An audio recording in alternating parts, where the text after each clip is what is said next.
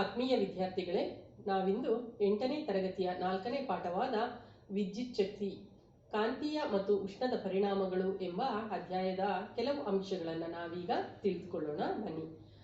ಮೊದಲೇ ಹೇಳಿದ ಹಾಗೆ ಪಾಠದ ಮೊದಲನೇ ಪ್ಯಾರಾದಲ್ಲಿ ನಾವು ಅನೇಕ ಪ್ರಶ್ನೆಗಳನ್ನು ನೋಡ್ತೇವೆ. ಮೊದಲನೇ ಪ್ರಶ್ನೆ ಏನಿದೆ ಅಂತ ಹೇಳಿದ್ರೆ, ನಾವು ಯಾವುದಾದ್ರೂ ಒಂದು ವಿದ್ಯುತ್ ಮಂಡಲವನ್ನು ರಚಿಸಿದಾಗ, ವಿದ್ಯುತ್ ಮಂಡಲ ಅಂದರೆ ಗೊತ್ತಿದೆ ನಿಮಗೆ, ಒಂದು ಬಲ್ಬ್ ಇರುತ್ತೆ, ಒಂದು ಸ್ವಿಚ್ ಇರುತ್ತೆ, ಒಂದು ಆಮೀಟರ್ ಇರುತ್ತೆ, ರೆಸಿಸ್ಟರ್ ಇರುತ್ತೆ. ಆ ರೀತಿ ಅದನ್ನು ಸಂಪೂರ್ಣವಾದ ವಿದ್ಯುತ್ ಮಂಡಲ ಅಂತ ಹೇಳ್ತೀವಿ. ನಾನು ಫುಲ್ ಏನು ಬರಿತಾ ಇಲ್ಲ. ಸೊ ಈ ರೀತಿ ಬಲ್ಬ್ ಇದೆ, ಸ್ವಿಚ್ನು ಇರುತ್ತೆ. ಸೊ ಈಗ ಅಕಸ್ಮಾತ್ ಏನಾದರೂ ಈ ವಿದ್ಯುತ್ ಮಂಡಲದಲ್ಲಿ ಬಲ್ಬ್ ಇಲ್ಲದೆ ಹೋದ್ರೆ ಅಲ್ಲಿ ವಿದ್ಯುತ್ ಹರಿತಾ ಇದೆಯಾ ಇಲ್ವಾ ಅಂತ ನಮಗೆ ಹೇಗೆ ಗೊತ್ತಾಗುತ್ತೆ ಅಂತ ಹೇಳ್ತಾ ಇದ್ದಾರೆ. ನಿಮ್ಮ ಹತ್ರ ವಿದ್ಯುತ್ ಮಂಡಲ ರಚಿಸೋದಕ್ಕೆ ಎಲ್ಲ ಇದೆ, ಆದರೆ ಬಲ್ಬೇ ಇಲ್ಲ. ಬಲ್ಬ್ನ ನೋಡಿದಾಗ ಆನ್ ಆಗಿದೆ, ಆಫ್ ಆಗಿದೆ, ಕರೆಂಟ್ ಇದೆ ಇಲ್ಲ ಅಂತ ಗೊತ್ತಾಗುತ್ತೆ. ಹಾಗಾದ್ರೆ ಬಲ್ಬ್ ಇಲ್ಲ ನಿಮ್ಮ ಹತ್ರ, ಹಾಗಾದ್ರೆ ಕರೆಂಟ್ ಹರಿತಿದ್ಯಾ ಇಲ್ವಾ ಅಂತ ಕಂಡುಹಿಡಿಯೋಕ್ಕೆ ಬೇರೆ ಮಾರ್ಗ ಇದೆಯಾ ಅಂತ ಕೇಳ್ತಾ ಇದ್ದಾರೆ. ಹೌದು, ಬಲ್ಬ್ ಇಲ್ದೇನೆ ಕರೆಂಟ್ ಹರಿತಾ ಇದೆ ಇಲ್ಲ ಅಂತ ನಾವು ಹೇಳಬಹುದು. ಹೇಗೆ ಅಂತ ಹೇಳಿದ್ರೆ, ಒಂದು ಐರನ್ ಬಾಕ್ಸ್ ಅನ್ನ ನಾವು ಆನ್ ಮಾಡಿದಾಗ ಹೀಟ್ ಪ್ರೊಡ್ಯೂಸ್ ಆಗುತ್ತೆ, ಗೊತ್ತಿದೆ ನಿಮಗೆ, ಅಲ್ಲಿ ಹೇಳಬಹುದು. ಅಥವಾ ಒಂದು ಫ್ಯಾನ್ ಅನ್ನ ಆನ್ ಮಾಡಿದಾಗ ಅಥವಾ ಒಂದು ಮಿಕ್ಸಿ ಆನ್ ಮಾಡಿದಾಗ ಇಲ್ಲೆಲ್ಲ ನಮಗೆ ಬಲ್ಬಿನ ಅವಶ್ಯಕತೆ ಇರೋದಿಲ್ಲ, ಮೋಟಾರ್ ವರ್ಕ್ ಆಗುತ್ತೆ. ಈ ರೀತಿಯಾಗಿ ಬಲ್ಬ್ ಇಲ್ಲದೆ ಅನೇಕ ವಿಧದಲ್ಲಿ ವಿದ್ಯುತ್ ಹರಿತಾ ಇದೆಯಾ ಮಂಡಲದಲ್ಲಿ ಇಲ್ವಾ ಅಂತ ಹೇಳ್ಬಹುದು. ಇದು ಮೊದಲನೇ ಪ್ರಶ್ನೆ ಆಗಿರುತ್ತೆ. ನಂತರ ಎರಡನೇ ಪ್ರಶ್ನೆ ಏನ್ ಕೊಟ್ಟಿದ್ದಾರೆ ಅಂತ ಹೇಳಿದ್ರೆ, ತಾತ್ಕಾಲಿಕ ಕಾಂತಗಳನ್ನ ತಯಾರಿಸಲು ಸಾಧ್ಯವೇ ಅಂತ ಕೇಳ್ತಾ ಇದ್ದಾರೆ. ಅಂದ್ರೆ ಆರ್ಟಿಫಿಷಿಯಲ್ ಮ್ಯಾಗ್ನೆಟ್ ನ ನಾವು ತಯಾರಿಸಬಹುದಾ ಅಂತ. ಹೌದು, ತಾತ್ಕಾಲಿಕ ಕಾಂತಗಳನ್ನ ನಾವು ತಯಾರಿಸಬಹುದು. ಇದನ್ನ ಹೇಗೆ ತಯಾರಿಸಬಹುದು ಅಂತ ಕೇಳ್ತಾ ಇದ್ದಾರೆ. ಈ ಪಾಠದ ಒಳಗಡೆ ಪಾಠ ಮಾಡ್ತಾ ಮಧ್ಯದಲ್ಲಿ ಕೃತಕ ಕಾಂತ ತಯಾರಿಸುವ ಒಂದು ವಿಧಾನವನ್ನು ಕೂಡ ಕೊಟ್ಟಿದ್ದಾರೆ. ನಾವೀಗ ಅಲ್ಲಿ ಪಾಠದ ಮಧ್ಯದಲ್ಲಿ ನೋಡೋಣ ಅದನ್ನ. ನಂತರ ಬಂದ್ರೆ, ಪಳೆಯುಳಿಕೆ ಇಂಧನಗಳು ಮತ್ತು ಸೌದೆಯನ್ನು ದಹಿಸುವ ಮೂಲಕ ನಾವು ಉಷ್ಣ ಉತ್ಪಾದನೆ ಮಾಡ್ತೀವಿ. ಅಂದ್ರೆ ಇಂಧನ ಮತ್ತೆ ಸೌದೆ ಉರಿಸೋದ್ರಿಂದ ಉಷ್ಣ ಉತ್ಪಾದನೆ ಮಾಡ್ತೀವಿ. ಅದೇ ರೀತಿ ವಿದ್ಯುತ್ ಉಪಕರಣಗಳಲ್ಲೂ ಕೂಡ ಉಷ್ಣ ಉತ್ಪತ್ತಿ ಆಗುತ್ತಾ ಅಂತ ಹೇಳ್ತಿದ್ದಾರೆ.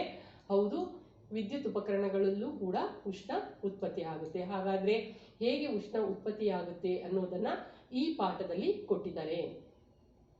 ನೆಕ್ಸ್ಟ್ ಪ್ರಶ್ನೆ, ಒಂದು ವಿದ್ಯುತ್ ಕೋಶ ಅಥವಾ ಬ್ಯಾಟ್ರಿ ನಿಷ್ಕ್ರಿಯವಾಗಿದೆ ಅಂದ್ರೆ ಡೆಡ್ ಆಗಿದೆ ಅಂತ, ಬ್ಯಾಟ್ರಿ ಡೆಡ್ ಅಂತ ಹೇಳ್ತೀವಲ್ಲ, ಅದು ನಿಷ್ಕ್ರಿಯವಾಗಿದೆ ಎಂದು ನಮಗೆ ಹೇಗೆ ತಿಳಿಯುತ್ತೆ ಅಂತ ಹೇಳ್ತಾವ್ರೆ. ನಮಗೆ ಗೊತ್ತಿದೆ, ಒಂದೇನಾದ್ರೂ ಬ್ಯಾಟ್ರಿ ಅಥವಾ ಸೆಲ್ ಅನ್ನ ನಾವು, ವಿದ್ಯುತ್ ಕೋಶ ಅಂದ್ರೆ ಸೆಲ್ ಅಂತ ಬರುತ್ತೆ, ಬ್ಯಾಟ್ರಿ ನಿಮಗೆ ಗೊತ್ತಿದೆ, ಮೊಬೈಲ್ ಅಲ್ಲಿ ಆಗಿರಬಹುದು ಅಥವಾ ಕಾರಲ್ಲಿ, ಸ್ಕೂಟ್ರಲ್ಲಿ ಎಲ್ಲ ಬ್ಯಾಟ್ರಿಯನ್ನು ನಾವು ಬಳಸ್ತೀವಿ.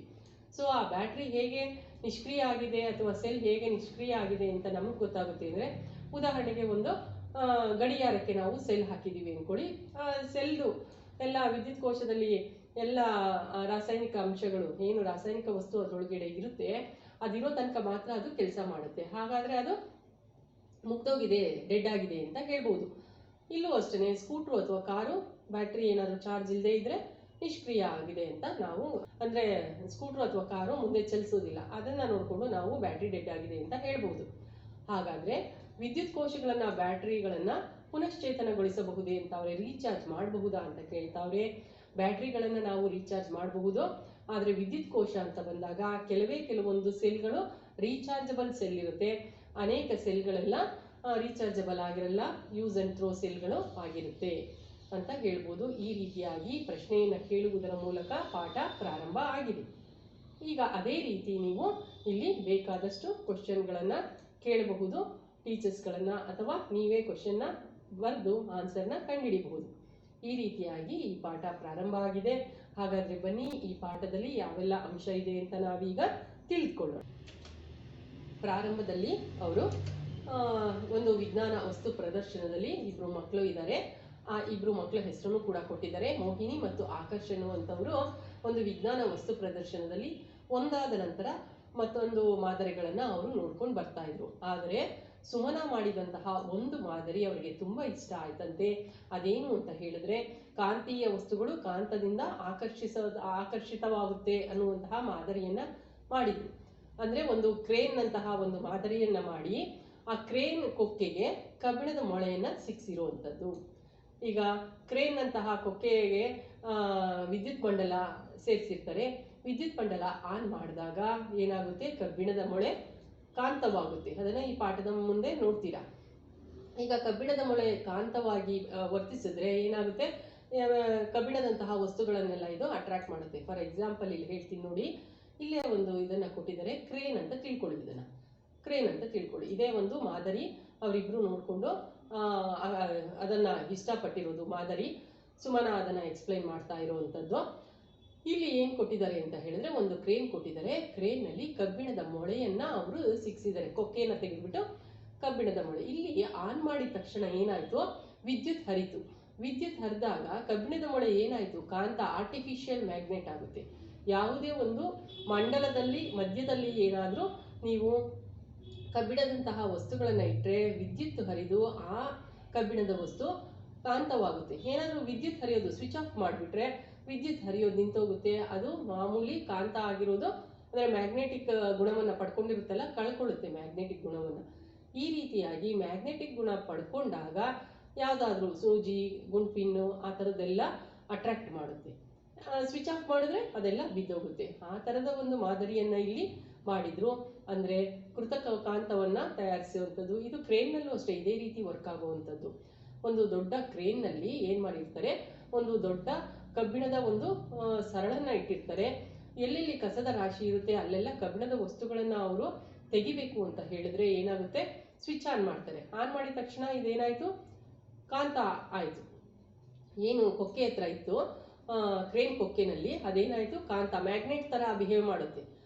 ಆಗ ಮ್ಯಾಗ್ನೆಟ್ ತರ ಬಿಹೇವ್ ಮಾಡಿದಾಗ ಕಸದ ರಾಶಿಯಲ್ಲೆಲ್ಲ ಆ ಕೊಕ್ಕೆಯನ್ನ ಇಳಿಸಿದಾಗ ಎಲ್ಲ ಕಬ್ಬಿಣದ ಚೂರುಗಳು, ಇನ್ನಿತರ ಕಬ್ಬಿಣದ ವಸ್ತುಗಳಾಗಿರ್ಬಹುದು, ಲೋಹದಿಂದ ಮಾಡಿದ ವಸ್ತುಗಳೆಲ್ಲ ಅಟ್ರಾಕ್ಟ್ ಆಗುತ್ತೆ. ನಂತರ ಆ ಕ್ರೇನ್ ಅನ್ನ ಬೇರೆ ಕಡೆಗೆ ತಗೊಂಡೋಗಿ ಸ್ವಿಚ್ ಆಫ್ ಮಾಡಿದಾಗ ಅದ್ರಲ್ಲಿ ಅಂಟ್ಕೊಂಡಿತ್ತಲ್ಲ ಅದೆಲ್ಲ ಕೆಳಗಡೆ ಬಿದ್ದೋಗುತ್ತೆ. ಯಾಕೆ, ಮ್ಯಾಗ್ನೆಟಿಕ್ ಗುಣ ಹೊರಟೋಯ್ತು. ಸೊ ಈ ರೀತಿಯಾಗಿ ಕ್ರೇನ್ ವರ್ಕ್ ಆಗುತ್ತೆ. ಅದನ್ನ ಇಲ್ಲಿ ಕೃತಕ ಕಾಂತ ಹೇಗೆ ಮಾಡೋದು ಎಂಬುದರ ಮೂಲಕ ತೋರಿಸಿದ್ದಾರೆ. ನಂತರ ನೋಡೋಣ, ವಿದ್ಯುತ್ ಪ್ರವಾಹವು ಕಾಂತೀಯ ಪರಿಣಾಮವನ್ನು ಹೊಂದಿದೆಯೇ ಅಂತ ಹೇಳ್ತಾ ಇದ್ದಾರೆ. ಇಲ್ಲಿ ಈಗ ನಾವೀಗ ಪರೀಕ್ಷೆ ಮಾಡೋಣ.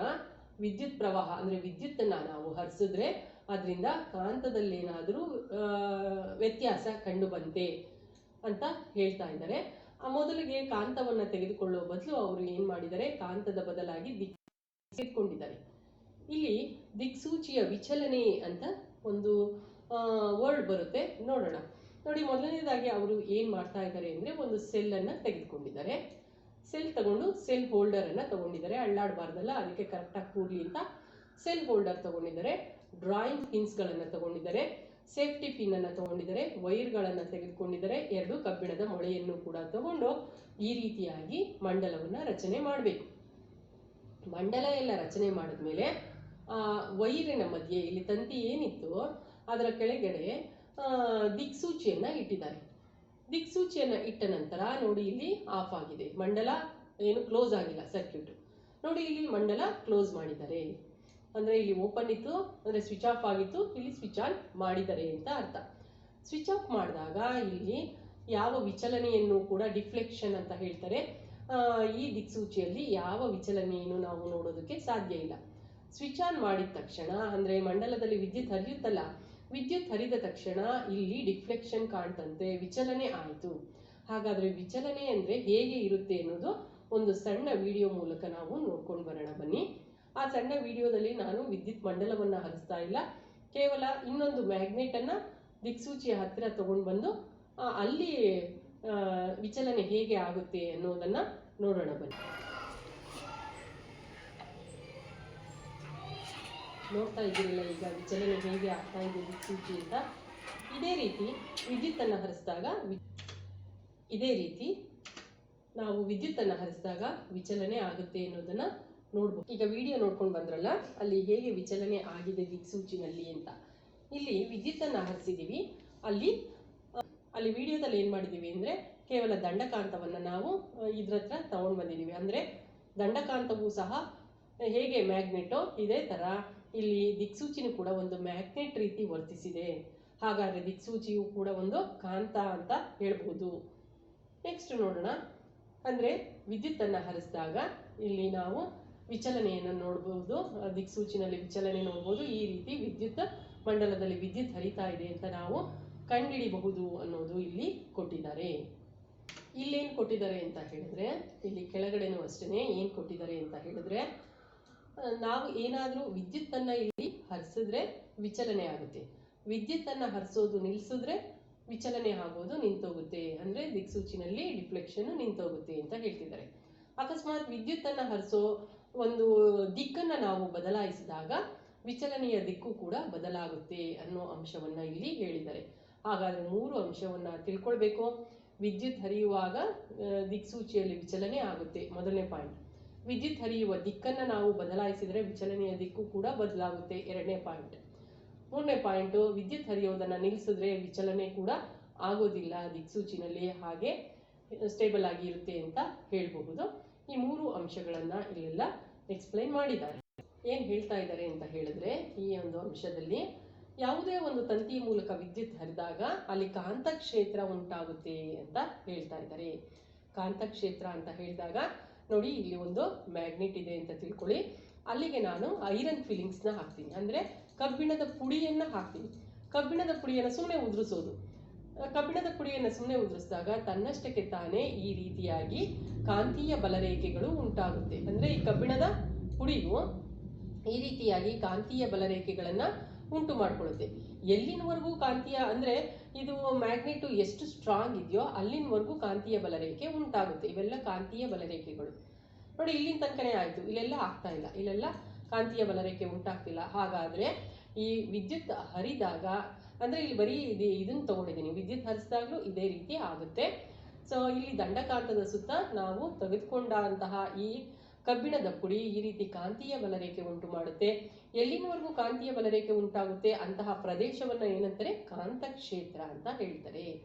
ಅದೇ ರೀತಿ ಇಲ್ಲಿ ವಿದ್ಯುತ್ತನ್ನು ಹರಿಸಿದಾಗ ಎಲ್ಲೆಲ್ಲಿ ತಂತಿಯ ಮೂಲಕ ವಿದ್ಯುತ್ ಹರಿಯುತ್ತೆ ಒಂದು ರೀತಿಯ ಕಾಂತಕ್ಷೇತ್ರ ಉಂಟಾಗುತ್ತೆ ಅಂತ ಇಲ್ಲಿ ಹೇಳ್ತಾ ಇರೋದು. ವಿದ್ಯುತ್ ಹರಿಯುವ ತಂತಿಯ ಸುತ್ತಲೂ ಕಾಂತಕ್ಷೇತ್ರ ಉಂಟಾಗುತ್ತೆ ಅಂತ. ನೋಡಿ, ಇಲ್ಲಿ ಕಾಂತೀಯ ಬಲರೇಖೆ ಉಂಟಾಯ್ತಲ್ಲ, ಅಷ್ಟು ಪ್ರದೇಶವನ್ನ ಕಾಂತಕ್ಷೇತ್ರ ಅಂತ ಹೇಳ್ತಾರೆ. ನೆಕ್ಸ್ಟ್ ನೋಡೋಣ, ಇಲ್ಲಿ ಒಂದು ವಿಜ್ಞಾನಿಯ ಹೆಸರನ್ನ ಕೊಟ್ಟಿದ್ದಾರೆ. ವಿಜ್ಞಾನಿ ಹೆಸರು ಹ್ಯಾನ್ಸ್ ಕ್ರಿಶ್ಚಿಯನ್ ಆರ್ಸ್ಟೆಡ್ ಅಂತ ಅನ್ನೋರು. ಅವರು ವಿದ್ಯುತ್ ಮತ್ತು ಕಾಂತ ಎರಡು ಪರಸ್ಪರ ಸಂಬಂಧ ಹೊಂದಿದೆ ಎನ್ನುವಂತಹ ಒಂದು ಆವಿಷ್ಕಾರವನ್ನ ಮಾಡಿದ್ದಾರೆ. ಅಂದ್ರೆ ಅವರು ವಿದ್ಯುತ್ ಮಂಡಲದ ಜೊತೆ ಎಕ್ಸ್ಪೆರಿಮೆಂಟ್ಸ್ಗಳನ್ನ ಮಾಡ್ತಾ ಇರುವಾಗ ಆನ್ ಮಾಡೋದು ಆಫ್ ಮಾಡೋದು, ಆನ್ ಮಾಡೋದು ಆಫ್ ಮಾಡೋದು, ಈ ರೀತಿ ಮಾಡ್ತಾ ಇದ್ರಂತೆ. ಅವರಿಗೆ ಗೊತ್ತಿಲ್ಲದೆ ಅವರು ಎಕ್ಸ್ಪೆರಿಮೆಂಟ್ ಮಾಡೋ ಸ್ಥಳದಲ್ಲಿ ದಿಕ್ಸೂಚಿ ಇತ್ತಂತೆ. ಇವರು ಆನ್ ಆಫ್ ಮಾಡಿದಾಗ ದಿಕ್ಸೂಚಿ ವಿಚಲನೆಗೊಳ್ಳೋದನ್ನ ಗಮನಿಸಿದ್ದಾರೆ. ಹಾಗಾದ್ರೆ ದಿಕ್ಸೂಚಿ ವಿಚಲನೆಗೊಳ್ತಾ ಇದೆ, ಆನ್ ಮಾಡಿದಾಗ ಆಫ್ ಮಾಡಿದಾಗ ಮಾಮೂಲಿ ಸ್ಥಿತಿಗೆ ಬರ್ತಾ ಇದೆ, ಅಂದ್ರೆ ಎರಡಕ್ಕೂ ಸಂಬಂಧ ಇದೆ ಅಂತ ಹೇಳಿ ಅಲ್ಲಿಂದ ಸಂಶೋಧನೆಯನ್ನ ಪ್ರಾರಂಭ ಮಾಡಿದ್ದಾರೆ. ಅದ್ರ ಬಗ್ಗೆ ಕೊಟ್ಟಿದ್ದಾರೆ, ಆರ್ಸ್ಟೆಡ್ ಬಗ್ಗೆ. ನೆಕ್ಸ್ಟ್ ನೋಡೋಣ, ವಿದ್ಯುತ್ ಪ್ರವಾಹದ ಕಾಂತೀಯ ಪರಿಣಾಮದಿಂದ ಉಂಟಾಗುವ ಅನ್ವಯ ಯಾವುದು ಅಂತ. ಅಂದ್ರೆ ವಿದ್ಯುತ್ತನ್ನು ಹರಿಸಿ ಕಾಂತೀಯತೆಯನ್ನು ನಾವು ಕಾಂತೀಯ ಪರಿಣಾಮವನ್ನು ಉಂಟು ಮಾಡಬಹುದು ಅಂತ. ಅದರಿಂದ ಅನೇಕ ಸಹಾಯಗಳು ಆಗ್ತಾ ಇದೆ. ಅದರಿಂದ ಅನೇಕ ಉಪಕರಣಗಳನ್ನು ತಯಾರಿಸಿ ಈ ಒಂದು ಅನ್ವಯವನ್ನ ನಾವು ಪಡ್ಕೊಳ್ತಾ ಇದ್ದೀವಿ. ಯಾವ್ಯಾವುದು ಅಂದ್ರೆ ವಿದ್ಯುತ್ ಕಾಂತಗಳು. ಹಾಗಾದ್ರೆ ವಿದ್ಯುತ್ ಪ್ರವಾಹದ ಕಾಂತೀಯ ಪರಿಣಾಮದ ಅನ್ವಯಗಳು ಯಾವುವು ಅಂದ್ರೆ ಎಲ್ಲೆಲ್ಲಿ ಉಪಯೋಗ ಆಗುತ್ತೆ ಇದು ಅಂತ. ವಿದ್ಯುತ್ ಕಾಂತಗಳು ಅಂದ್ರೆ ಆರ್ಟಿಫಿಷಿಯಲ್ ಮ್ಯಾಗ್ನೆಟ್ ಅಂತ ಹೇಳ್ತೀವಲ್ಲ, ಆರ್ಟಿಫಿಷಿಯಲ್ ಮ್ಯಾಗ್ನೆಟ್ನ ತಯಾರಿಸೋದು, ವಿದ್ಯುತ್ತನ್ನು ಉಪಯೋಗಿಸ್ಕೊಂಡು ಕಾಂತ ತಯಾರಿಸೋದನ್ನ ವಿದ್ಯುತ್ ಕಾಂತ ಅಂತ ಹೇಳ್ತಾರೆ. ಇನ್ನು ವಿದ್ಯುತ್ ಗಂಟೆಗಳು, ಎಲೆಕ್ಟ್ರಿಕ್ ಬೆಲ್ ಅಂತ ಹೇಳ್ತಾರಲ್ಲ ಅದು. ಇನ್ನು ಮೋಟಾರ್ಗಳು, ಫ್ಯಾನ್ಗಳು, ಧ್ವನಿವರ್ಧಕಗಳು ಅಂದ್ರೆ ಸ್ಪೀಕರ್, ಇವುಗಳಲ್ಲೆಲ್ಲ ನಾವು ವಿದ್ಯುತ್ ಪ್ರವಾಹದ ಕಾಂತೀಯ ಪರಿಣಾಮವನ್ನ ನೋಡಬಹುದು ಅಂತ ಹೇಳ್ತಾ ಇದ್ದಾರೆ. ಇಲ್ಲಿ ಕೇಳ್ತಾ ಇದ್ದಾರೆ, ವಿದ್ಯುತ್ ಪ್ರವಾಹವನ್ನು ಬಳಸಿ ಕಾಂತವನ್ನ ತಯಾರಿಸಬಹುದೇ? ಹೌದು, ವಿದ್ಯುತ್ತನ್ನು ಹರಿಸಿ ನಾವು ಕೃತಕ ಕಾಂತವನ್ನು ತಯಾರಿಸಬಹುದು. ಹಾಗಾದ್ರೆ ಬನ್ನಿ ನೋಡೋಣ, ವಿದ್ಯುತ್ತನ್ನು ಹರಿಸಿ ಹೇಗೆ ಕೃತಕ ಕಾಂತವನ್ನ ಇಲ್ಲಿ ತಯಾರಿಸ್ತಾ ಇದ್ದಾರೆ ಅಂತ. ಇಲ್ಲಿ ಚಿತ್ರದಲ್ಲಿ ಏನು ಕೊಟ್ಟಿದ್ದಾರೆ ಅಂತ ಹೇಳಿದ್ರೆ, ಒಂದು ಸೆಲ್ಲನ್ನು ತಗೊಂಡಿದ್ದಾರೆ, ಸೆಲ್ ಹೋಲ್ಡರ್ ಅನ್ನು ತಗೊಂಡಿದ್ದಾರೆ. ಸುರುಳಿಯ ಆಕಾರಕ್ಕೆ ಬಗ್ಗಿಸಬಹುದಾದಂತಹ ಒಂದು ಇನ್ಸುಲೇಷನ್ ಇರುವಂತಹ ಒಂದು ವೈರನ್ನು ತೆಗೆದುಕೊಂಡಿದ್ದಾರೆ, ತಂತಿಯನ್ನ, ತಾಮ್ರದ ತಂತಿಯನ್ನ. ಆಕ್ಚುಲಿ ಇದನ್ನ ನಾವು ತಾಮ್ರದ ತಂತಿ ಏನಿದೆ ಅದನ್ನ ತೆಗೆದ್ರೆ ಇನ್ನೂ ಇನ್ಸುಲೇಷನ್ ತೆಗೆದ್ರೆ ಇನ್ನೂ ಚೆನ್ನಾಗಿ ವರ್ಕ್ ಆಗುತ್ತೆ ಅಂತ. ಆಯ್ತು, ಇದು ಕೊಳವೆಯ ಆಕಾರಕ್ಕೆ ಮಾಡ್ಕೊಳ್ಬೇಕಾಗಿರೋದ್ರಿಂದ ಈ ರೀತಿ ಮಾಡಿದ್ದಾರೆ. ಒಂದು ಮೊಳೆಯನ್ನು ತಗೊಂಡು ಆ ಸುರುಳಿಯ ಆಕಾರಕ್ಕೆ ಈ ತಂತಿಯನ್ನ ಬಗ್ಸಿದ್ದಾರೆ. ನಂತರ ಬಗ್ಗಿಸಿ ಇಲ್ಲಿ ಸ್ವಿಚ್ ಹಾಕೊಂಡ್ರೆ ಒಳ್ಳೇದು ಅಂತ ಹೇಳ್ತಾ ಇದ್ದಾರೆ. ಸ್ವಿಚ್ ಯಾಕೆ ಸ್ವಿಚ್ ಹಾಕೊಳ್ಬೇಕು ಅಂದರೆ, ನಾವು ಆನ್ ಮಾಡಿದ ತಕ್ಷಣವೇ ಇದೇನಾಗುತ್ತೆ ನೋಡಿ, ಇಲ್ಲಿ ವಿದ್ಯುತ್ ಹರಿತಾ ಇದೆ ಅಂತ ಅರ್ಥ. ಸೆಲ್ ಆನ್ ಮಾಡಿದ್ದೀವಿ ಅಂದರೆ ವಿದ್ಯುತ್ ಹರಿತಾ ಇದೆ ಅಂತ ಅರ್ಥ. ವಿದ್ಯುತ್ ಹರಿದ್ರೆ ಏನಾಗುತ್ತೆ, ಈ ಕಬ್ಬಿಣ ಕಾಂತದಂತೆ ವರ್ತಿಸುತ್ತೆ. ಬೇಗ ಕಾಂತದಂತೆ ವರ್ತಿಸಿ ಇಲ್ಲೆಲ್ಲ ಪೇಪರ್ ಕ್ಲಿಪ್ನ ಅಟ್ರಾಕ್ಟ್ ಮಾಡ್ಕೊಳ್ತಾ ಇದೆ ನೋಡಿ, ಆಕರ್ಷಣೆ ಮಾಡ್ಕೊಳ್ತಾ ಇದೆ. ಇಲ್ಲಿ ಅಕಸ್ಮಾತ್ ನೀವು ಏನಾದ್ರು ಸ್ವಿಚ್ ಹಾಕೇ ಇಲ್ಲ ಅಂತ ಹೇಳಿದ್ರೆ ಬೇಗ ಸೆಲ್ಲು ಮುಗ್ದೋಗುತ್ತೆ. ಅದಕ್ಕೆ ಸ್ವಿಚ್ ಹಾಕ್ಕೊಂಡು ಬೇಕಾದಾಗ ಆನ್ ಮಾಡ್ಕೊಳ್ಳೋದು, ಬೇಡದೇ ಇದ್ದಾಗ ಆಫ್ ಮಾಡೋದು. ಆನ್ ಮಾಡಿದಾಗ ಇದು ಮ್ಯಾಗ್ನೆಟ್ ಥರ ವರ್ತಿಸಿ ಪೇಪರ್ ಕ್ಲಿಪ್ನ ತನ್ನಲ್ಲಿಗೆ ಸೆಳೆಯುತ್ತೆ. ಆಫ್ ಮಾಡಿದಾಗ ಈ ಪೇಪರ್ ಕ್ಲಿಪ್ಗಳೆಲ್ಲ ಬಿದ್ದೋಗುತ್ತೆ. ಈ ರೀತಿಯಾದ ಒಂದು ಎಕ್ಸ್ಪೆರಿಮೆಂಟ್ನ ನಿಮಗೆ ಕೊಟ್ಟಿದ್ದಾರೆ. ನೀವು ಕೂಡ ಈ ಎಕ್ಸ್ಪೆರಿಮೆಂಟ್ನ ಮಾಡಬಹುದು ಸುಲಭವಾಗಿ. ಈಗ ನೋಡೋಣ, ಅದೇ ಎಕ್ಸ್ಪೆರಿಮೆಂಟ್ನ ಈ ರೀತಿ ಮಾಡ್ತಾ ಇದ್ದಾರೆ. ಏನು ಅಂತ ಹೇಳಿದ್ರೆ, ಒಂದು ಕೊಳವೆಯನ್ನು ತೆಗೆದುಕೊಂಡಿದ್ದಾರೆ. ಒಂದು ಕೊಳವೆಯನ್ನು ತಗೊಂಡು ಇಲ್ಲಿ ತಾಮ್ರದ ತಂತಿ ಸುರುಳಿ ಆಕಾರಕ್ಕೆ ಬಗ್ಗಿಸಬಹುದಾದಂತಹ ಈ ತಂತಿಯನ್ನು ಸುತ್ತಿದ್ದಾರೆ ಅಷ್ಟೇ. ಮೊದಲನೇ ಇದರಲ್ಲಿ 4.3 ನಲ್ಲಿ ಜಸ್ಟ್ ಕೊಳವೆದು ಒಂದು ಪ್ಲಾಸ್ಟಿಕ್ದು ಕೊಳವೆ ತಗೊಂಡಿದ್ದಾರೆ, ಅದಕ್ಕೆ ತಂತಿಯನ್ನು ಸುರುಳಿ ಆಕಾರಕ್ಕೆ ಬಗ್ಗಿಸಿದ್ದಾರೆ. ಎರಡನೇದರಲ್ಲಿ ಆ ಸುರುಳಿ ಆಕಾರಕ್ಕೆ ಬಗ್ಗಿಸಿದ ತಾಮ್ರದ ತಂತಿಯ ಹತ್ತಿರ ಏನನ್ನ ತೆಗೆದುಕೊಂಡು ಬಂದಿದ್ದಾರೆ, ಆ ಕಡೆ ಒಂದು ಈ ಕಡೆ ಒಂದು ದಿಕ್ಸೂಚಿಯನ್ನು ತಗೊಂಡು ಬಂದು ಇಟ್ಟಿದ್ದಾರೆ. ಯಾವುದೇ ವಿಚಲನೆ ದಿಕ್ಸೂಚಿನಲ್ಲಿ ನಾವು ನೋಡೋದಿಲ್ಲ. ಇಲ್ಲಿ ದಿಕ್ಸೂಚಿನಲ್ಲಿ ವಿಚಲನೆ ಆಗಿಲ್ಲ ಅಂತ ಹೇಳ್ತಾ ಇದ್ದಾರೆ. ಈಗ ಈ ಸಿನಲ್ಲಿ ಬಿನಲ್ಲಿ ಯಾವುದೇ ವಿಚಲನೆ ಆಗಿಲ್ಲ. ಸಿನಲ್ಲಿ ಏನು ಮಾಡಿದ್ದಾರೆ, ಒಂದು ಸೆಲ್ಲನ್ನು ಇಟ್ಟಿದ್ದಾರೆ. ಒಂದು ಸೆಲ್ ಇಟ್ಬಿಟ್ಟು, ಸೆಲ್ ಅಂತ ಅಂದಾಗ ಇಲ್ಲಿ ವಿದ್ಯುತ್ ಹರಿತಾ ಇದೆ. ವಿದ್ಯುತ್ ಹರಿದಾಗ ಎರಡೂ ದಿಕ್ಸೂಚಿನಲ್ಲೂ ವಿಚಲನೆಯನ್ನು ನಾವು ನೋಡಬಹುದು. ಈಗ ನೆಕ್ಸ್ಟ್ ಡಿ ನಲ್ಲಿ ಏನು ಮಾಡ್ತಾ ಇದ್ದಾರೆ, ಡಿ ಡಯಾಗ್ರಾಮ್ ಅಲ್ಲಿ ಇದರ ಜೊತೆಗೆ ಕಬ್ಬಿಣದ ಮೊಳೆಯನ್ನು ಹಾಕಿದರೆ, ಈ ಕೊಳವೆಯ ಒಳಗಡೆ ಕಬ್ಬಿಣದ ಮೊಳೆ ಹಾಕಿದ್ದಾರೆ ನೋಡಿ. ಇಲ್ಲಿ ಏನಾಯಿತು, ಸುರುಳಿ ಆಕಾರಕ್ಕೆ ಬಗ್ಸಿದ್ರಲ್ಲ ಈ ತಂತಿ ಏನಾಗಿ ವರ್ತಿಸ್ತಾ ಇದೆ, ಕೃತಕ ಕಾಂತವಾಗಿ ವರ್ತಿಸ್ತಾ ಇದೆ. ಅದಕ್ಕೋಸ್ಕರ ಇದು ಡಿಫ್ಲೆಕ್ಷನ್ನು ನಾವಿಲ್ಲಿ ಕಾಣಬಹುದು. ಅಂದರೆ ವಿದ್ಯುತ್ ಹರಿತಾ ಇದೆ, ಇದ್ರ ಮೂಲಕ ಡಿಫ್ಲೆಕ್ಷನ್ನು ಆಗ್ತಾ ಇದೆ. ವಿದ್ಯುತ್ ಹರಿಯೋ ಹತ್ರ ನಾವು ದಿಕ್ಸೂಚಿಯನ್ನು ತಗೊಂಡು ಬಂದರೆ ವಿಚಲನೆ ನೋಡಬಹುದು. ಈಗ ಅದರ ಜೊತೆಗೆ ಏನು ಮಾಡಿದ್ದಾರೆ, ಆ ಕೊಳವೆಯ ಒಳಗಡೆ ಒಂದು ಮೊಳೆಯನ್ನು ಇಟ್ಟಿದ್ದಾರೆ. ಮೊಳೆ ಇಟ್ಟಿದ ತಕ್ಷಣ ವಿಚಲನೆ ಬೇರೆ ದಿಕ್ಕಿನಲ್ಲಿ ಇರೋದನ್ನ ನಾವು ಗಮನಿಸಬಹುದು. ಅಂದರೆ ಇನ್ನೂ ಹೆಚ್ಚು ಸ್ಟ್ರಾಂಗ್ ಆಯ್ತಂತೆ. ಈ ಕಾಂತೀಯತೆ ಏನಾಯ್ತು, ಮೊದಲು ಸ್ವಲ್ಪ ದುರ್ಬಲವಾಗಿತ್ತು, ಇಲ್ಲಿ ಕಾಂತೀಯತೆ ಇನ್ನೂ ಹೆಚ್ಚು ಸ್ಟ್ರಾಂಗ್ ಆಗಿ ವಿಚಲನೆ ಹೆಚ್ಚಾಯಿತು ಅಂತ ಹೇಳ್ತಾ ಇದ್ದಾರೆ. ಈಗ ನಾವು ಅದೇ ರೀತಿ ನೋಡಿ, ಮೊದಲನೇ ಅಲ್ಲಿ ಡಯಾಗ್ರಾಮ್ ಕೊಟ್ಟಿದ್ರಲ್ಲ, ಅದೇ ರೀತಿ ನಾವು ಇದು ಮಾಡಿದಾಗ ಪೇಪರ್ ಕ್ಲಿಪ್ ಅಂದರೆ ಇದು ವಿದ್ಯುತ್ತನ್ನು ಹರಿಸಿದ್ದೀವಿ, ಇಲ್ಲೊಂದು ಕಬ್ಬಿಣದ ಮೊಳೆ ಇಟ್ಟಿದ್ದೀವಿ, ಕಬ್ಬಿಣದ ಮೊಳೆ ಮ್ಯಾಗ್ನೆಟ್ ಥರ ಆಯಿತು. ವಿದ್ಯುತ್ ಹರಿಸಿದಾಗ ಕಬ್ಬಿಣದ ಮೊಳೆ ಏನಾಯಿತು, ಮ್ಯಾಗ್ನೆಟ್ ಥರ ಆಯಿತು. ಅದಕ್ಕೆ ಪೇಪರ್ ಕ್ಲಿಪ್ಪು ಅಟ್ರಾಕ್ಟ್ ಆಗ್ತಾ ಇದೆ. ಅಕಸ್ಮಾತ್ ಸೆಲ್ಲೆಲ್ಲ ಡ್ರೈನ್ ಆಗಿಬಿಟ್ರೆ ಏನಾಗುತ್ತೆ, ಇದು ಪೇಪರ್ ಕ್ಲಿಪ್ ಎಲ್ಲ ಬಿದ್ದೋಗುತ್ತೆ. ಅಂದರೆ ಬರೀ ಮೊಳೆ ಆಗುತ್ತೆ. ಇದು ಓನ್ಲಿ ಕರೆಂಟ್ ಹರಿದಾಗ ಅಷ್ಟೇ ಅದು ಮ್ಯಾಗ್ನೆಟ್ ಆಗೋದು. ಕರೆಂಟ್ ಹರಿಯೋದು ನಿಲ್ಲಿಸಿದ್ರೆ ಪೇಪರ್ ಕ್ಲಿಪ್ಗಳೆಲ್ಲ ಬಿದ್ದೋಗುತ್ತೆ, ಮ್ಯಾಗ್ನೆಟ್ ಗುಣ ಕಳ್ಕೊಳ್ಳುತ್ತೆ. ಈ ಒಂದು ಅನ್ವಯವನ್ನು ಎಲ್ಲಿ ಉಪಯೋಗಿಸ್ತಾರೆ ಅಂತ ನಾನು ಈಗಾಗಲೇ ಹೇಳಿದ್ದೀನಿ, ಕ್ರೇನ್ನಲ್ಲಿ ಒಂದು ದೊಡ್ಡ ಕಬ್ಬಿಣ ಫ್ಲ್ಯಾಟ್, ಬೇರೆ ಬೇರೆ ಥರದ ಕಬ್ಬಿಣ ಇರುತ್ತೆ. ಫ್ಲ್ಯಾಟ್ ಇರುವಂಥದ್ದನ್ನು ಕನೆಕ್ಟ್ ಮಾಡಿ ಅವರು ಸ್ವಿಚ್ ಆನ್ ಮಾಡಿದ ತಕ್ಷಣ ಈ ಕಬ್ಬಿಣದ ತುಂಡು ಏನಾಯಿತು, ಮ್ಯಾಗ್ನೆಟ್ ಆಯಿತು. ಎಲ್ಲೆಲ್ಲಿ ಅವರು ದೊಡ್ಡ ದೊಡ್ಡ ಫ್ಯಾಕ್ಟ್ರಿಗಳಲ್ಲಿ ದೊಡ್ಡ ದೊಡ್ಡ ಕಬ್ಬಿಣದ ವಸ್ತುವನ್ನು ಒಂದು ಸ್ಥಳದಿಂದ ಮತ್ತೊಂದು ಸ್ಥಳಕ್ಕೆ ಸಾಗಿಸುವಾಗಲೂ ಕೂಡ ಇದನ್ನು ಯೂಸ್ ಮಾಡ್ತಾರೆ. ಸ್ವಿಚ್ ಆನ್ ಮಾಡಿದ ತಕ್ಷಣ ಇದು ಮ್ಯಾಗ್ನೆಟ್ ಆಗುತ್ತಲ್ಲ, ದೊಡ್ಡ ದೊಡ್ಡ ಕಬ್ಬಿಣವನ್ನು ಇದು ಎತ್ತಬಲ್ಲದು. ಎತ್ತಿ ಬೇರೆ ಕಡೆಗೆ ಇಡಬೇಕು ಅಂದಾಗ ತಗೊಂಡೋಗಿ ಅಲ್ಲಿ ನಿಧಾನಕ್ಕೆ ಇಟ್ಟ ನಂತರ ಸ್ವಿಚ್ ಆಫ್ ಮಾಡ್ತಾರೆ. ಕಾಂತೀಯ ಗುಣ ಆಗ ಬಿಟ್ಟೋಗುತ್ತೆ, ಕಬ್ಬಿಣದಿಂದ ಅಟ್ರಾಕ್ಟ್ ಆಗಿರುತ್ತೆ. ಯಾಕೆಂದರೆ ಇದು ತುಂಬ ಸ್ಟ್ರಾಂಗ್ ಇರುತ್ತೆ. ದೊಡ್ಡ ದೊಡ್ಡ ಕಬ್ಬಿಣದ ತುಂಡನ್ನು ಕೂಡ ಎತ್ತಬಲ್ಲದು, ಬೀಳದಂಗೆ ಅಂತ ಹೇಳಿದ್ರೆ ತುಂಬ ಸ್ಟ್ರಾಂಗ್ ಇರುತ್ತೆ. ಹೆಚ್ಚುವರಿಯಾದ ಕರೆಂಟನ್ನು ಹರಿಸಿರ್ತಾರೆ. ಅದಕ್ಕೋಸ್ಕರ ಸ್ವಿಚ್ ಆಫ್ ಮಾಡಿದ ತಕ್ಷಣ ಕಾಂತೀಯ ಗುಣ ಕಳ್ಕೊಳ್ಳುತ್ತೆ. ಎಲ್ಲ ವಸ್ತು ಅಲ್ಲೇನು ಅಟ್ರಾಕ್ಟ್ ಆಗಿತ್ತು ಕೆಳಗಡೆ ಬೀಳುತ್ತೆ. ಇಳಿಸೋವಾಗ ನಿಧಾನಕ್ಕೆ ಇಳಿಸ್ತಾರೆ.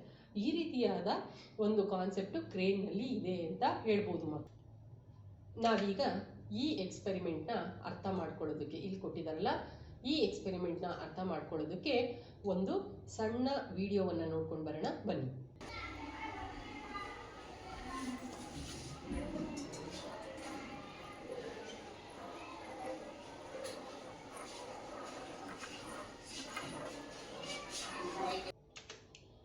ಈಗ ನೀವು ಒಂದು ವಿಡಿಯೋವನ್ನು ನೋಡಿದ್ರಲ್ಲ, ಆ ವಿಡಿಯೋದಲ್ಲಿ ಏನಿದೆ ಅಂತ ಹೇಳಿದ್ರೆ, ಒಂದು ಮ್ಯಾಗ್ನೆಟ್ ಇತ್ತು, ದಂಡಕಾಂತ ಇತ್ತು, ಇನ್ನೊಂದು ಮ್ಯಾಗ್ನೆಟ್, ಇನ್ನೊಂದು ದಂಡಕಾಂತವನ್ನು ತೆಗೆದುಕೊಂಡಿದೆ. ಅಲ್ಲಿ ವೈಟ್ ಮಾರ್ಕ್ ಇತ್ತು, ನೀವು ಗಮನಿಸಬಹುದು.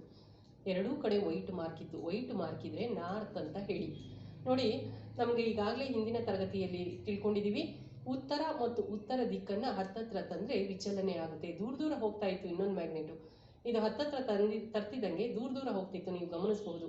ಅಂದ್ರೆ ಇದು ಉತ್ತರ ದಿಕ್ಕು, ಇದು ಉತ್ತರ ದಿಕ್ಕು ಆದ್ರೆ ಏನಾಗುತ್ತೆ? ವಿಕರ್ಷಣೆ ಆಗುತ್ತೆ.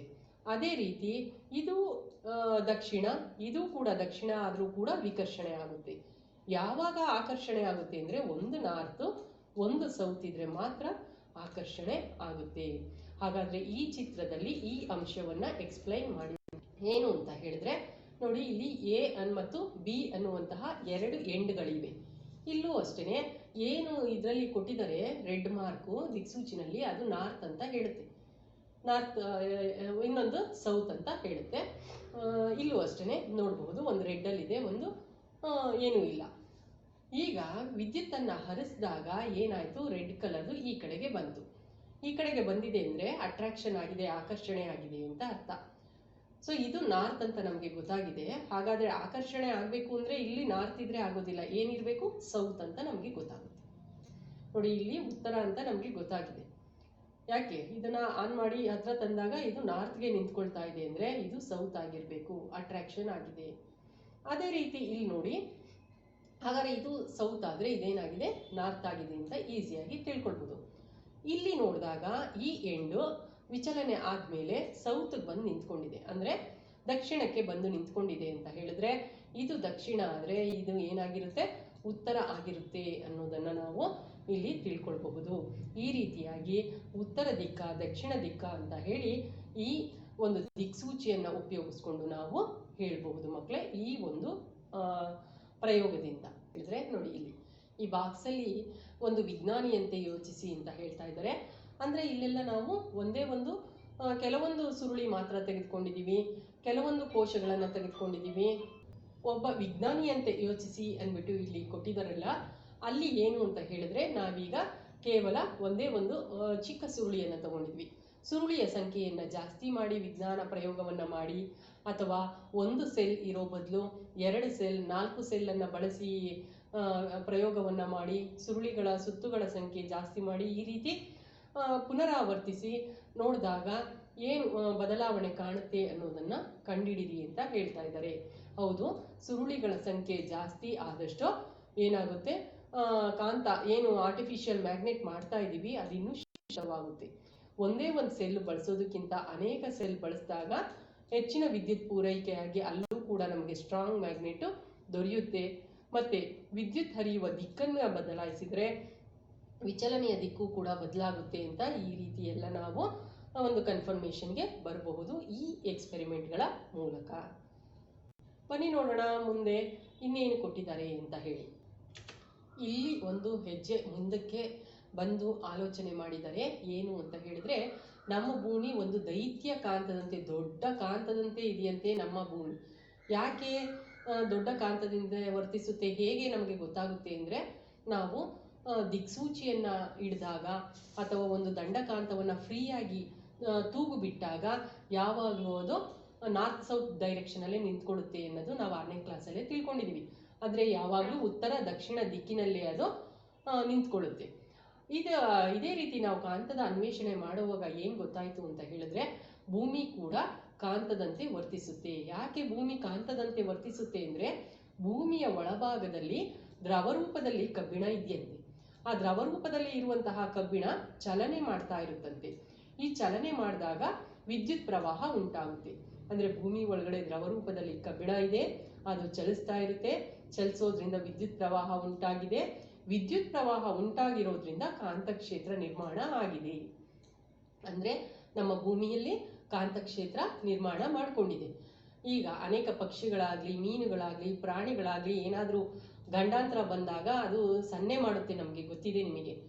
ನಾಯಿಗಳಾಗ್ಲಿ ಅವೆಲ್ಲ ಇನ್ನೂ ಏನು ಅವಘಡ ನಡೆಯುತ್ತೆ ಅಂದ್ರೆ ಸುನಾಮಿ ಆಗಿರಬಹುದು ಅಥವಾ ಅರ್ಥಕ್ವೇಕ್ ಆಗಿರಬಹುದು, ಅವುಗಳಿಗೆ ಸ್ಟಾರ್ಟಿಂಗೇ ಗೊತ್ತಾಗುತ್ತೆ. ಏಕೆ ಅಂತ ಹೇಳಿದ್ರೆ ಈ ಕಾಂತಕ್ಷೇತ್ರದ ಸಹಾಯದಿಂದ. ಮತ್ತೆ ಈ ಭೂಮಿನಲ್ಲಿರೋ ಈ ಕಾಂತಕ್ಷೇತ್ರ ಒಂದು ರಕ್ಷಣಾ ಕವಚವಾಗಿ ನಮ್ಮ ಕಾರ್ಯನಿರ್ವಹಿಸುತ್ತಂತೆ. ಅಂದ್ರೆ ಬಾಹ್ಯಾಕಾಶದಿಂದ ಬರುವಂತಹ ಹಾನಿಕಾರಕ ಕಣಗಳನ್ನ ಇದು ತಡೆದು ನಮಗೆ ರಕ್ಷಾ ಕವಚವಾಗಿ ನಿರ್ಮಾಣ ಆಗಿದೆ.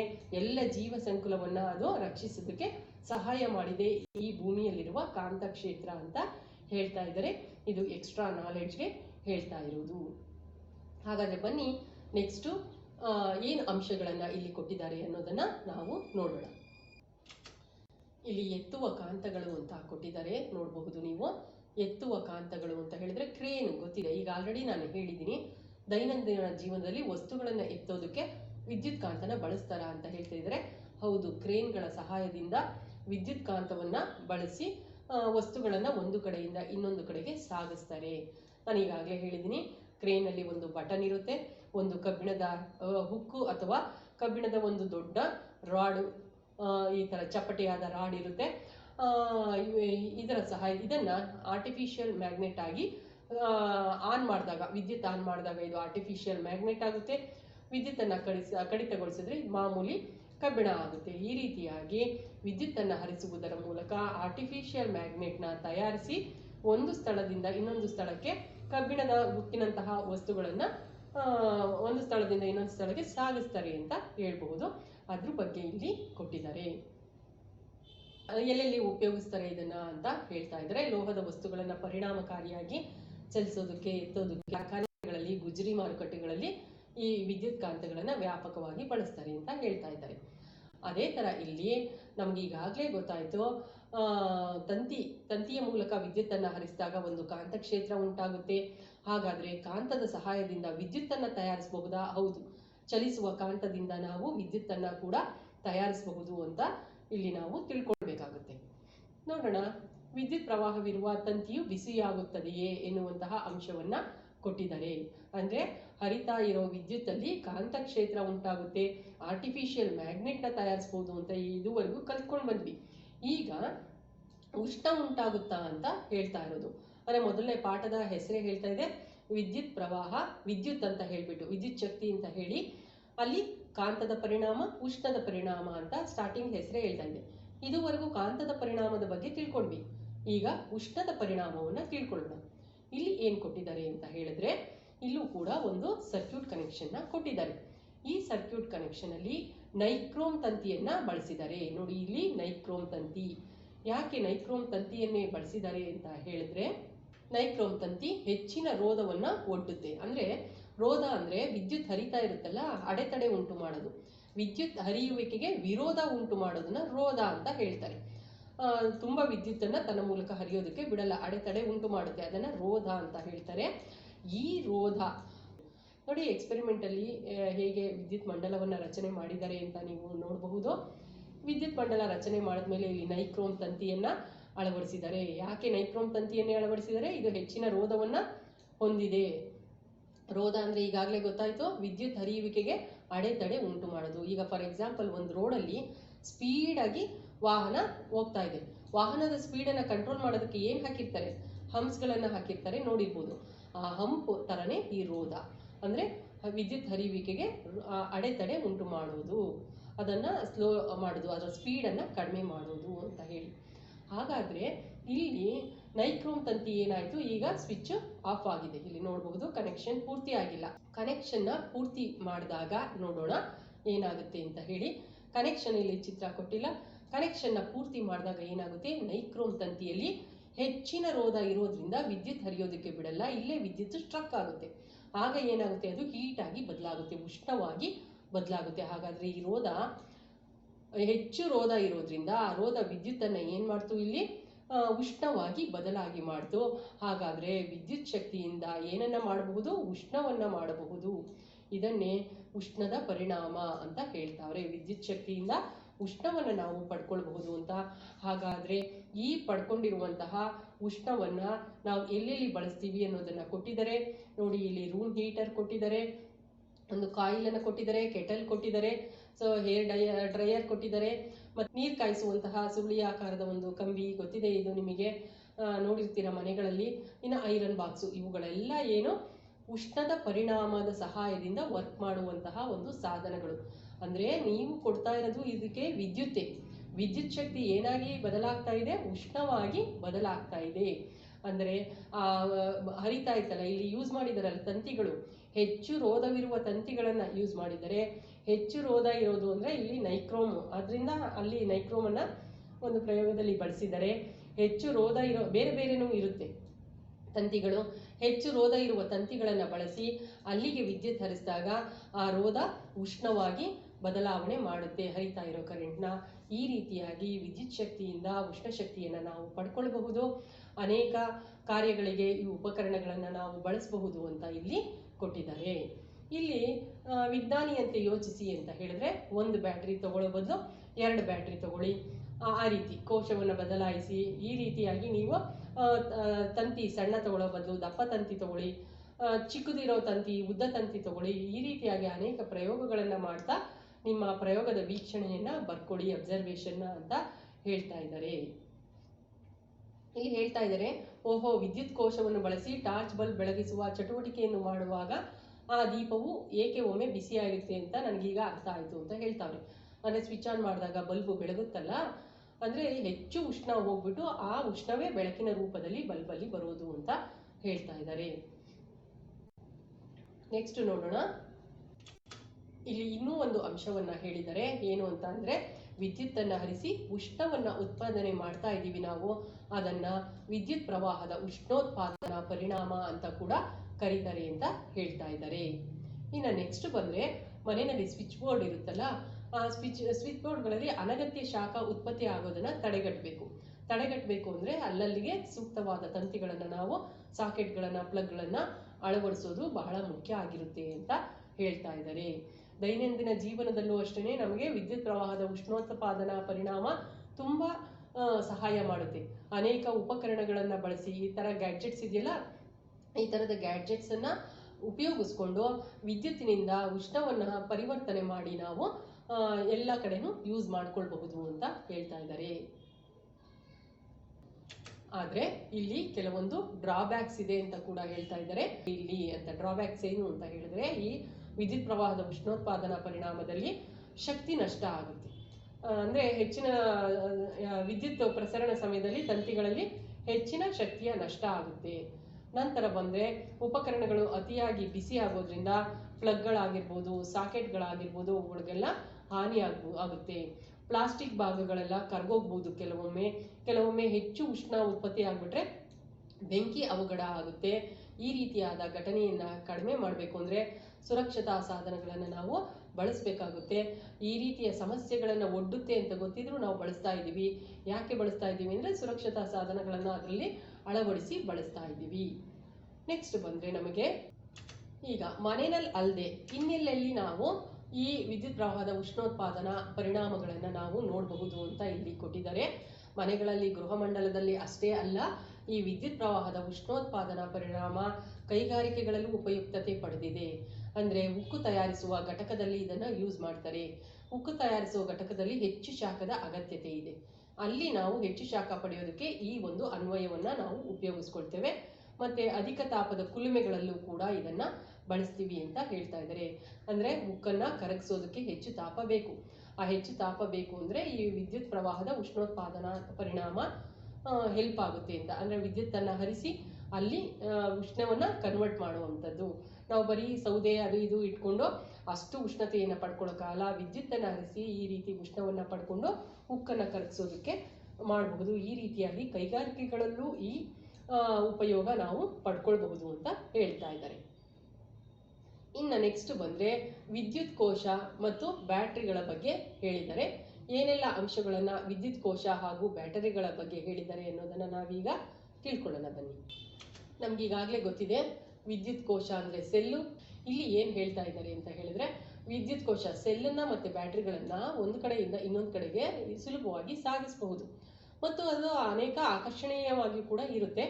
ಅದನ್ನು ಉಪಯೋಗಿಸ್ಕೊಂಡು ನಾವು ಬಲ್ಬನ್ನ ಬೆಳಗಿಸಬಹುದು, ಕಾಂತವನ್ನ ತಯಾರಿಸಬಹುದು, ಮತ್ತೆ ತಂತಿಯನ್ನ ಬಿಸಿ ಮಾಡಬಹುದು. ಅಂದ್ರೆ ಉಷ್ಣೋತ್ಪಾದನಾ ಪರಿಣಾಮ ಹೇಳಿದ್ವಲ್ಲ, ಅದು ತಂತಿಯನ್ನ ಬಿಸಿ ಮಾಡಬಹುದು, ಕಾಂತವನ್ನ ತಯಾರಿಸಬಹುದು, ಬಲ್ಬನ್ನ ಬೆಳಗಬಹುದು ಅಂತ ಇದುವರೆಗೂ ಹೇಳಿದ್ವಿ. ಹಾಗಾದ್ರೆ ಈ ವಿದ್ಯುತ್ ಕೋಶಗಳನ್ನ ತಯಾರು ಮಾಡೋದು ಹೇಗೆ, ಬ್ಯಾಟ್ರಿಗಳ ಒಳಗಡೆ ಏನಿರುತ್ತೆ ಅನ್ನೋದನ್ನ ನಾವೀಗ ತಿಳ್ಕೊಳ್ಳೋಣ ಬನ್ನಿ. ಈಗ ಮೊದಲು ಹಳೆಯ ಮಾದರಿಯ ವಿದ್ಯುತ್ ಕೋಶದ ಹೇಗಿರುತ್ತೆ, ಅದರ ಒಳಗಡೆ ಏನಿತ್ತು, ಈಗ ಹೊಸ ಮಾದರಿಯಲ್ಲಿ ಏನೆಲ್ಲ ಬದಲಾವಣೆ ಆಗಿದೆ ಅನ್ನೋದನ್ನು ತಿಳ್ಕೊಳ್ಳೋಣ.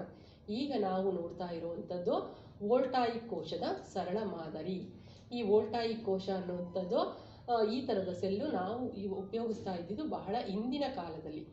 ಈಗ ಈ ಥರದ ಸೆಲ್ಗಳಿಲ್ಲ. ಈ ನಡುವೆ ಬರ್ತಾ ಇರುವಂತಹ ಸೆಲ್ಗಳೆಲ್ಲ ನೋಡಿ ಶುಷ್ಕ ಕೋಶ ಅಂತ ಹೇಳ್ತಾರೆ.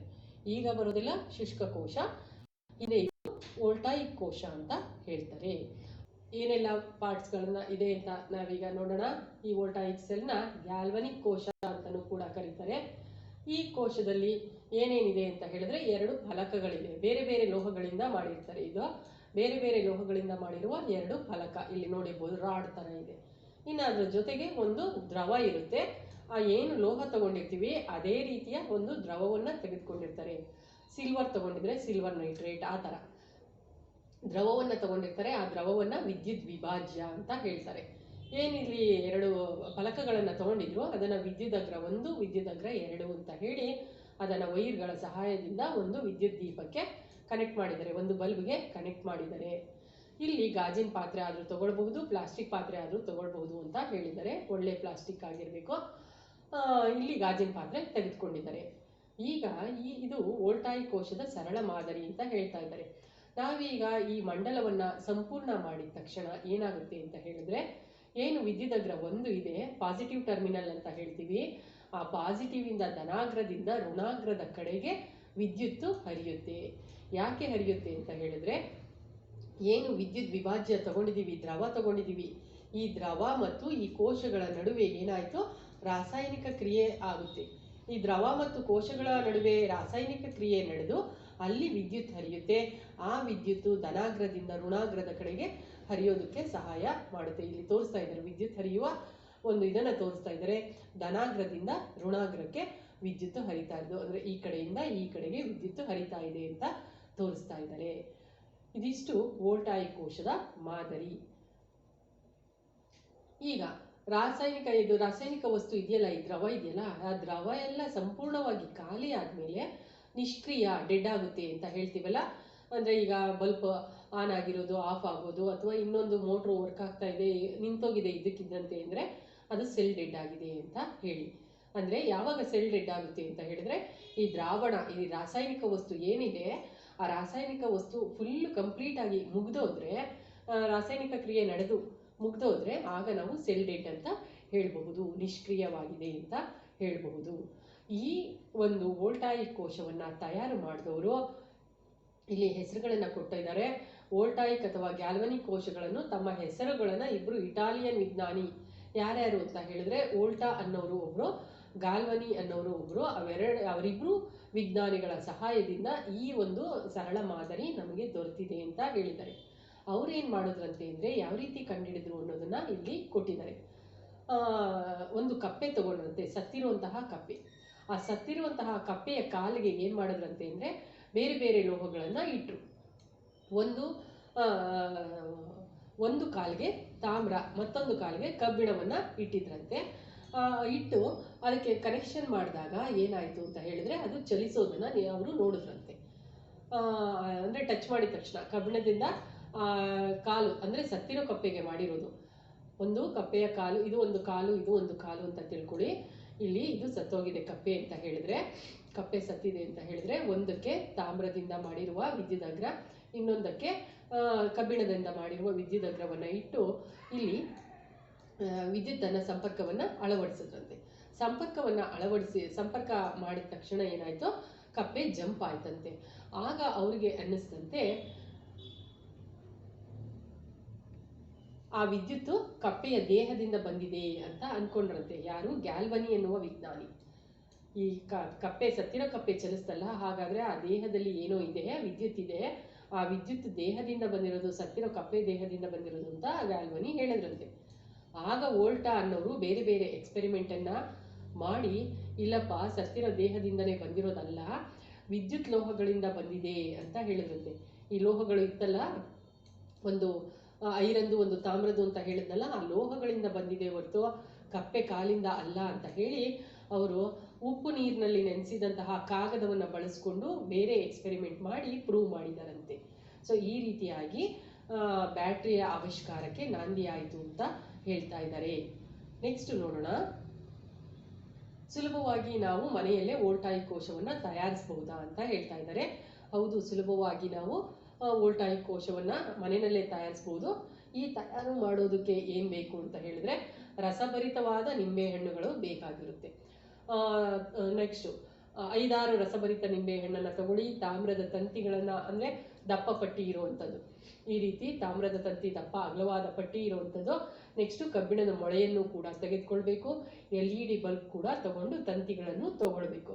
ಇಲ್ಲಿ ಚಿತ್ರದಲ್ಲಿ ತೋರಿಸಿರುವಂತೆ ರಸಭರಿತವಾದ ಈ ಹಣ್ಣನ್ನು ಈ ರೀತಿ ಕಟ್ ಮಾಡಿ ಅದಕ್ಕೆ ಕಬ್ಬಿಣದ ಮೊಳೆಯನ್ನು ಚುಚ್ಚಿದ್ದಾರೆ ನೋಡಿ.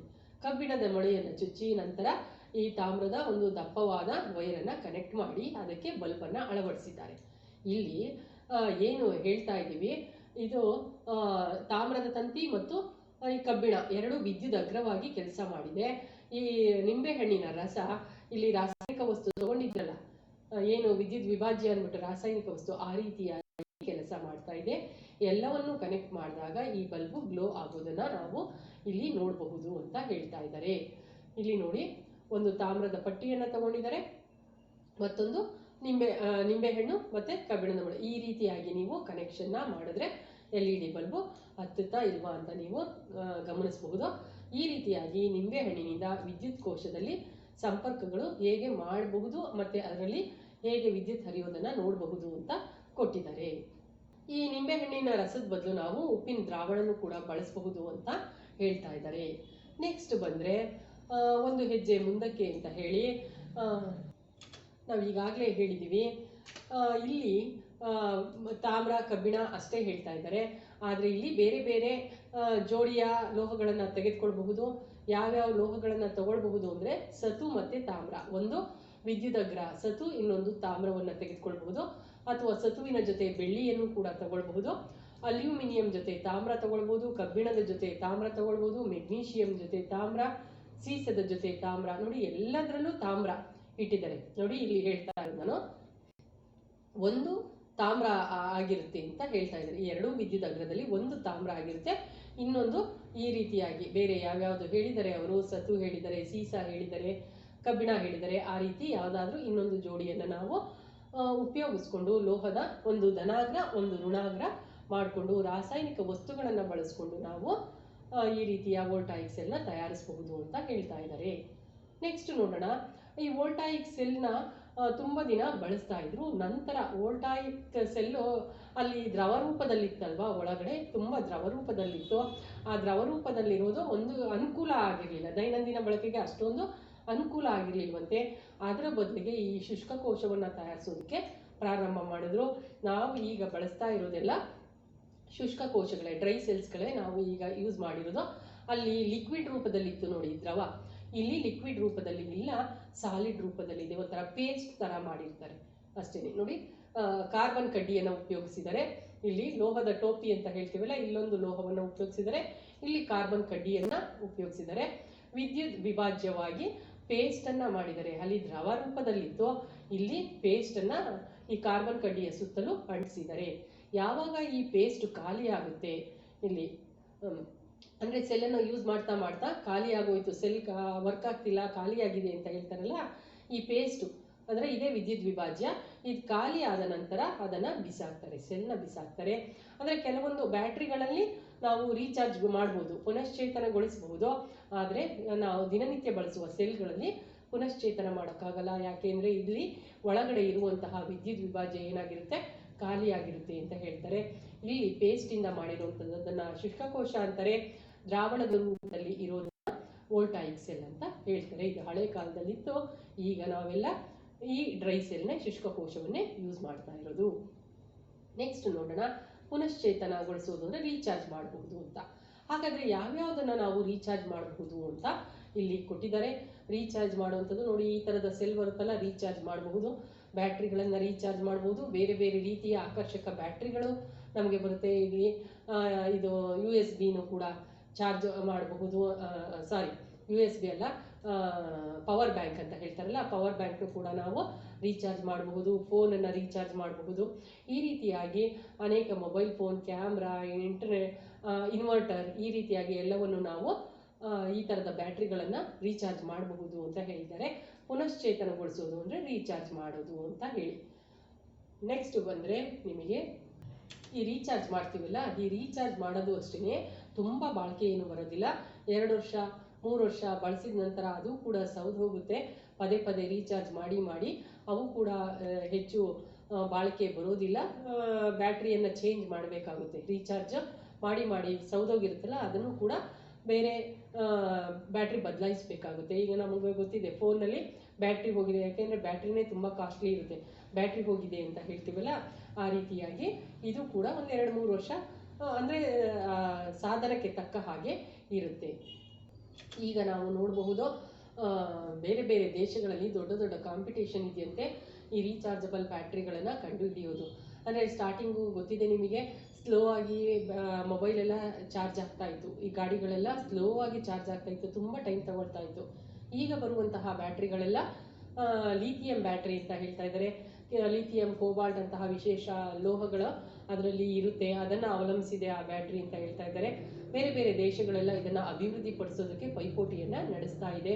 ಮುಂದೆ ಬರುವಂತಹ ಭವಿಷ್ಯದ ಬ್ಯಾಟ್ರಿಗಳು ಅತ್ಯಂತ ಸುರಕ್ಷಿತವಾದ ಮತ್ತು ವೇಗವಾಗಿ ರೀಚಾರ್ಜ್ ಮಾಡುವ ಘನಸ್ಥಿತಿಯಲ್ಲಿ ಇರುವಂತಹ, ದ್ರವ ಬ್ಯಾಟ್ರಿ ಅಲ್ಲ, ಘನಸ್ಥಿತಿಯಲ್ಲಿ ಇರುವಂತಹ ಒಂದು ಬ್ಯಾಟ್ರಿಗಳನ್ನು ಆವಿಷ್ಕಾರ ಮಾಡೋದಕ್ಕೆ ಇಲ್ಲಿ ಕೆಲಸ ನಡೀತಾ ಇದೆ ಅಂತ ಹೇಳ್ತಾ ಇದ್ದಾರೆ. ಈ ರೀತಿಯಾಗಿ ರೀಚಾರ್ಜ್ ಬ್ಯಾಟ್ರಿಗಳನ್ನು ಸುಧಾರಿತವಾಗಿ ಕಂಡುಹಿಡಿಯುವಲ್ಲಿ ಕೆಲಸಗಳು ನಡೀತಾ ಇದೆ ಅಂತ ಹೇಳ್ತಾ ಈ ಪಾಠವನ್ನು ಮುಗಿಸ್ತಾ ಇದ್ದಾರೆ. ಇದೇ ರೀತಿ ನನ್ನ ಚಾನಲ್ನಲ್ಲಿ 8ನೇ ತರಗತಿಯ ಎಲ್ಲ ಪಾಠಗಳು, ಅಂದರೆ ಹೊಸ ಅಧ್ಯಾಯಗಳ ಎಲ್ಲ ಪಾಠಗಳು ಹಾಗೂ 10ನೇ ತರಗತಿಯ ಎಲ್ಲ ಪಾಠಗಳನ್ನು ಪ್ಯಾರಾವೈಸ್ ಎಕ್ಸ್ಪ್ಲೈನ್ ಮಾಡಲಾಗಿದೆ. ಎಲ್ಲರೂ ಈ ಚಾನೆಲ್ನ ನೋಡ್ತಾ ಇರೋರು ದಯವಿಟ್ಟು ಸಬ್ಸ್ಕ್ರೈಬ್ ಮಾಡಿ ಅಂತ ಹೇಳ್ತಾ ಈ ಪಾಠವನ್ನು ಮುಗಿಸ್ತಾ ಇದ್ದೀನಿ. ಧನ್ಯವಾದಗಳು.